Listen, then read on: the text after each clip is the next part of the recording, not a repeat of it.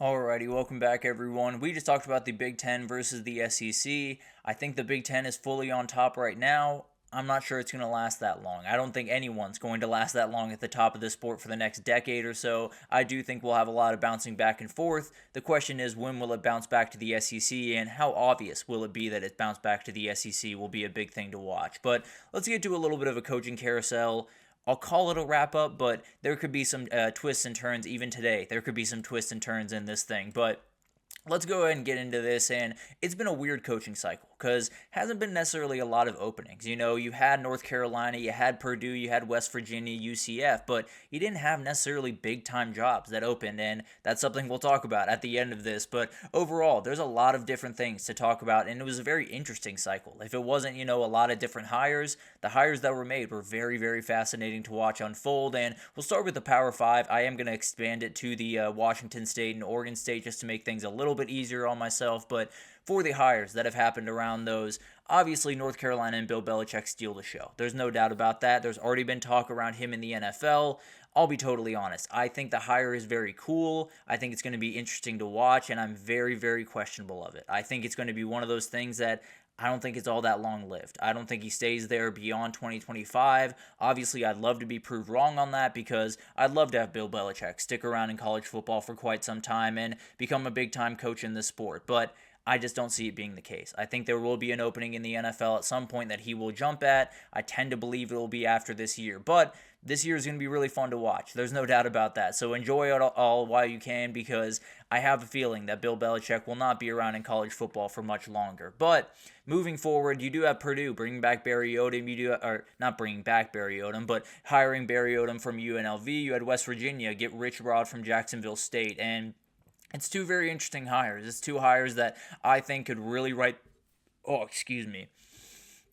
could really right the ship at both those places. I think when you talk about what Barry Odom and Purdue could do, I really think he's going to bring that hard-nosed football a little bit back to them. I think they'll be able to meet some of these Big Ten teams where they are, at least in terms of physicality. The size will be a little bit of an issue, and definitely something they're going to have to figure out. He's picked up a number of big-time transfers, has had a number of guys walk out the door. So I don't expect them to explode onto the scene in 2024, but I do think it was a good stabilizing hire, and I think it's one that could pay dividends down the road. And then for Rich Rodriguez, he has a chance to turn this thing around pretty quickly. Now, he's got his work cut out for him. There's a lot of different moving parts, a lot of guys that are walking out the door, and a lot of new coaches coming in, including Zach Alley, which I think was a massive win. I do think when you coach in the Big 12, when you coach in the Big 12, you're just a couple of guys away at any given moment. You're just a couple of plays away from possibly making a run at a CFP spot, and I'm not saying that West Virginia is going to do that in 2025, but at the end of the day, there's a couple of different buttons he could press, and if he does, I think these things could really happen in a hurry. Then you move forward to UCF, and they get their guy back. Scott Frost is back in Central Florida, and it's going to be really interesting. I didn't necessarily think it was a home run hire, but with Gus Malzahn leaving, you kind of had to do what you had to do. And I do think it's a very interesting hire. I think it's one that a lot of recruits will respond to, because not only can you say, I've had success in college football, you can say, I've had success in this place. I know what it looks like to get this team to 13-0, to be talked about on the national stage, and to be respected the way that you fully deserve to be respected. And I think that's a big-time part of this, where Scott Frost is a very, very good head coach, and when he goes into those rooms with recruits and their parents, he can say, UCF is a place where you can go undefeated because I went undefeated here. So I do think that is something to watch, and definitely will be a very interesting team to watch in 2025. Then you do have Wake Forest hiring Jake Dickert from Washington State, and then Washington State went out and hired Jamie Rogers from South Dakota State. So like a little bit of a flip there, but I think both really, really solid hires. I think Jimmy Rogers is a guy that you will see continue to elevate in this sport. I would love to see what he will do in the new Pac-12 in a couple of years, but Jake Dickert is a guy that I think was a great hire. I think when you had a couple of guys move on from that program, it was in a weird place. Dave Clawson was such a anchor for that program for such a long time that it was going to be a very interesting coaching search. I think they found a very good guy. I think they found a guy that is going to be willing to stick around there for a little bit longer than some other guys would, and I think he's at least going to be able to make them a fighting chance in the ACC. I don't expect them to really fight for a title in 2025, but I do think they're going to be a more frisky team, and I think moving forward, we'll hear from Wake Forest just that little bit more like we had during different times during Dave Clawson's time there. But overall, really fun group. Hypothetically, I think there could be a couple more NFL swoops, and we'll talk about that here in a second. But overall, I do think it's one of those groups that you might not, hear all the headlines about. You might not get hit over the head other than Bill Belichick with a lot of the different talk around these guys, but I think they're very interesting hires. I think they're a lot of good hires, and it'll be fascinating to see how they unfold. But moving to the group of 5 level, because there were a lot of hires there as well. App State got Dowell Loggins from South Carolina. Love this hire. Might have been my favorite hire of the entire cycle. I think Dowell Loggins is a fantastic coach. The job he did with Lenore Sellers was downright incredible, and I think he's going to do a great job at App State and might just continue to elevate in this college football world very shortly. Very talented coach, and cannot wait to see what he can do.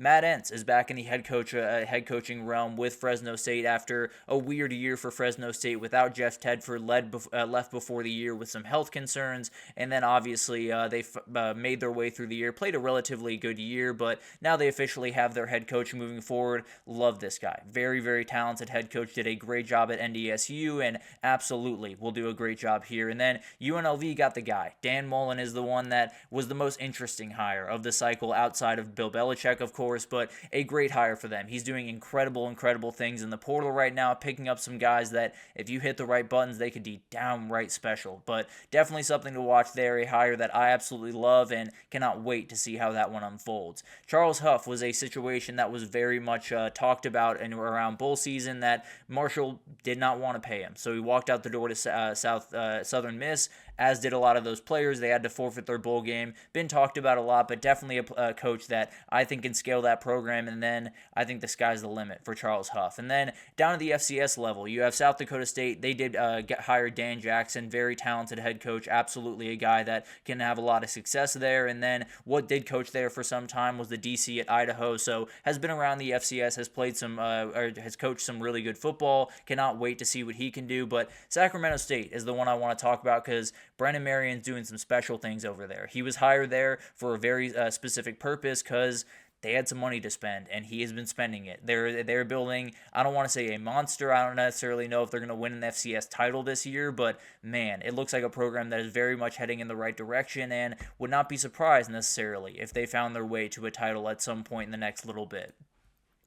Then major coordinator hires, and there's still a couple out there not filled, or Penn State DC, Oklahoma DC, a couple of different positions out there that we'll be watching very closely over the next week or so. But then you look at the rest of the jobs. The Florida State OC is Gus Malzahn. I know that sounds a little bit crazy, but he left UCF as the head coach to become the OC at Florida State. I think it makes a lot of sense. I think him and Mike Norvell will work very well together, and he'll be able to take a little bit more pressure off Mike Norvell when it comes to game calling and game planning as you get close to these games. Oklahoma might have made the coordinator hire of the cycle with Ben Arbuckle, obviously brought in John Mateer with that as well, so they did more than fine on that realm. Now, you have some issues to figure out, no doubt about that, beyond those two guys, but love this hire and definitely one that I think could pay huge dividends for this team. Chip Lindsey is taking over the Bryce Underwood era over there at Michigan, and he did a great job at UNC, but there were different moments where they struggled at times. The offensive line is going to be huge. If they can get that offensive line rolling, it is going to be a lethal offense for them, and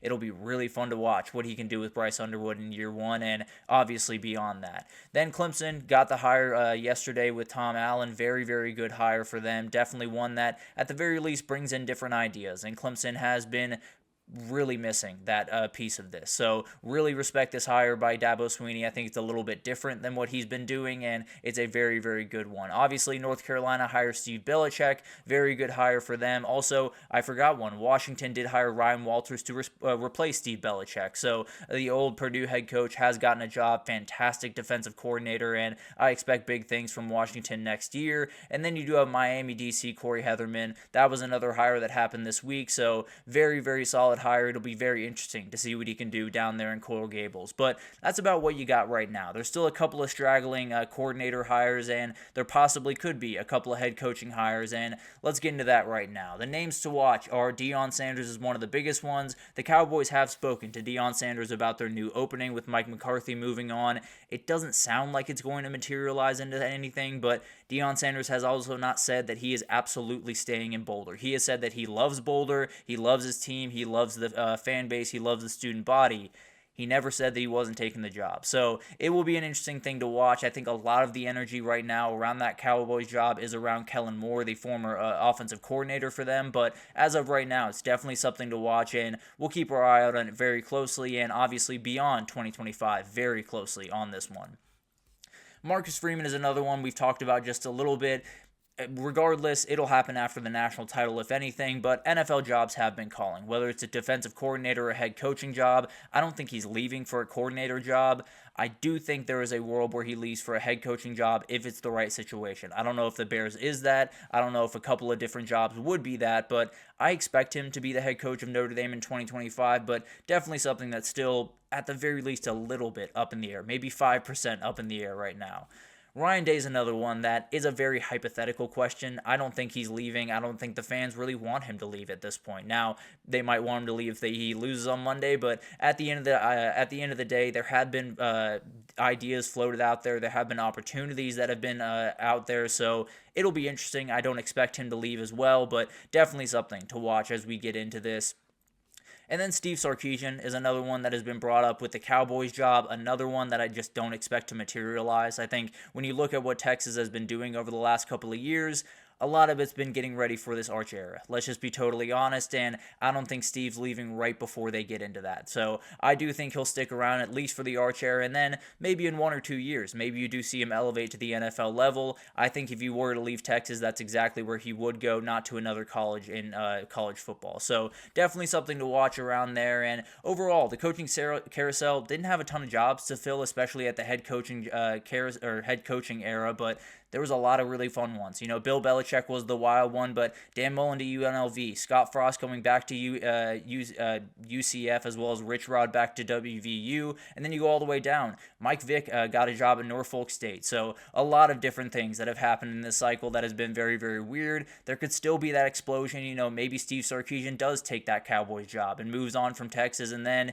dominoes will fall. It will be absolutely Armageddon around college football. I don't expect that to happen. I do think we will have a relatively calm end to this coaching carousel, but you never know. There's always that landmine that they step over it, then the entire college football world could go into chaos. But let's take our third break here, and when we come back, let's just talk about how we'll go back to the national title. Let's talk about how each of these teams got to the national title, like a little look back on their season, just their schedule, their CFP run, some of the storylines they had to overcome, and all of the different things in between, and we'll talk about it right after this, so stick with us.